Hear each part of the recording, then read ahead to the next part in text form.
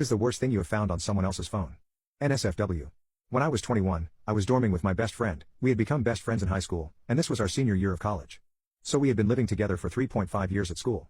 Call it 7 years of best friendship. One weekend, after a night of drinking with my girlfriend and her two roommates, we returned to the dorm and he went to shower. He kept getting text after text from some random number, no name in contact, so only the digits popping up.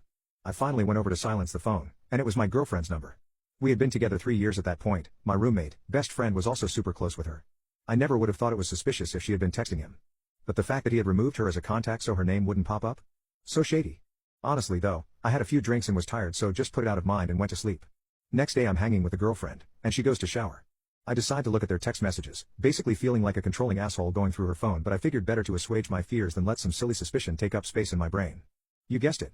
Some very graphic texts about them effing while I was at class, away from campus, etc. My stomach fell out of my asshole. Proud of myself for how I handled it though.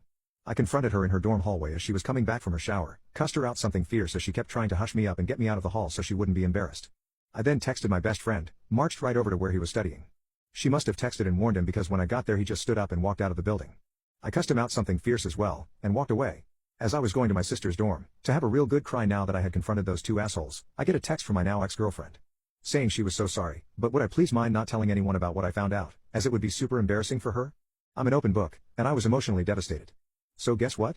Everyone knew what happened. I lost my best friend of 7 years, my girlfriend of 3 years, and a whole lot of mutual friends who decided to overlook what they did and be neutral.